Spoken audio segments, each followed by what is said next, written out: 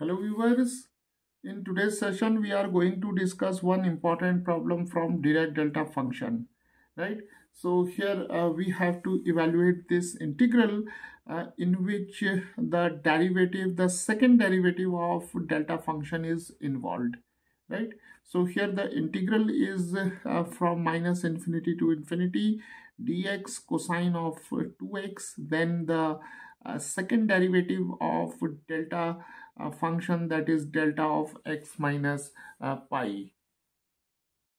So now whenever we have to evaluate integrals involving the derivative of delta function, we make use of this important property of Dirac delta function, which says that if we have the integral from minus infinity to infinity and a function f of x, and here we have the nth derivative of delta function, and here we have x minus a dx, right?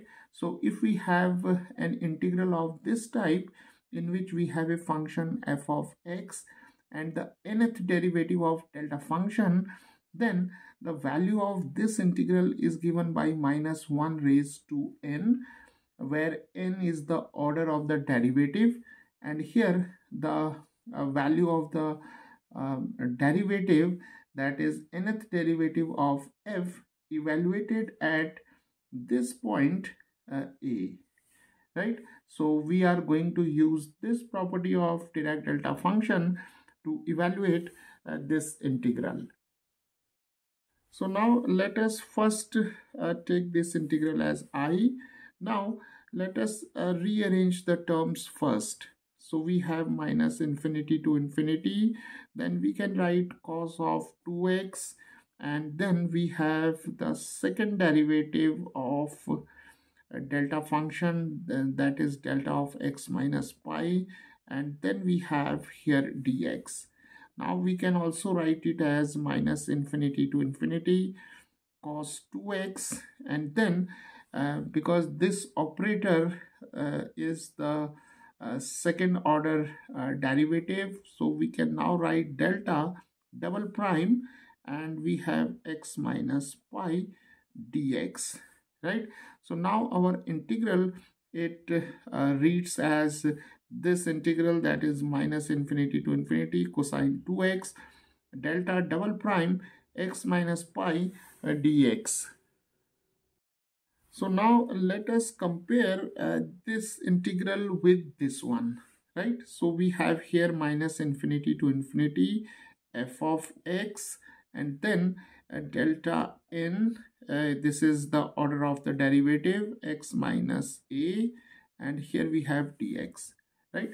So fx is this function, that is cos of 2x, right? And n is our second derivative, so it means the value of n should be equal to 2, because here the second order derivative is involved, and the value of a is given by pi, right?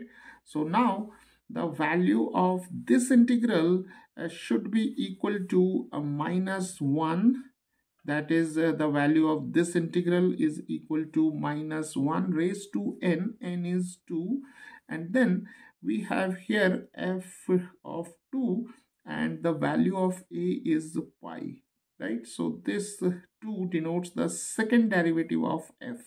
So minus 1 square is plus 1. Here we can write f double prime of pi. So this is equal to f double prime pi, right? So now let us find out the second derivative of this function. So f prime of x is equal to d by dx of cos 2x. This is minus 2 sine 2x, right? So the derivative of cosine function is minus sine function, and by chain rule the derivative of 2x is 2, right? So f prime of x is minus 2 sine 2x. F double prime of x is given by minus 2 derivative of sine 2x. So now this is minus 2, the derivative of sine 2x is 2 cos 2x. So this is minus 4 cos 2x, right? So now the value of f double prime y is given by taking x is equal to pi over here. So we have minus 4 cos 2 pi, right? And we know that from trigonometry cos 2 pi is equal to plus 1, right? So here we have minus 4 times plus 1, that is equal to minus 4. So where's the value of this integral is given by minus 4.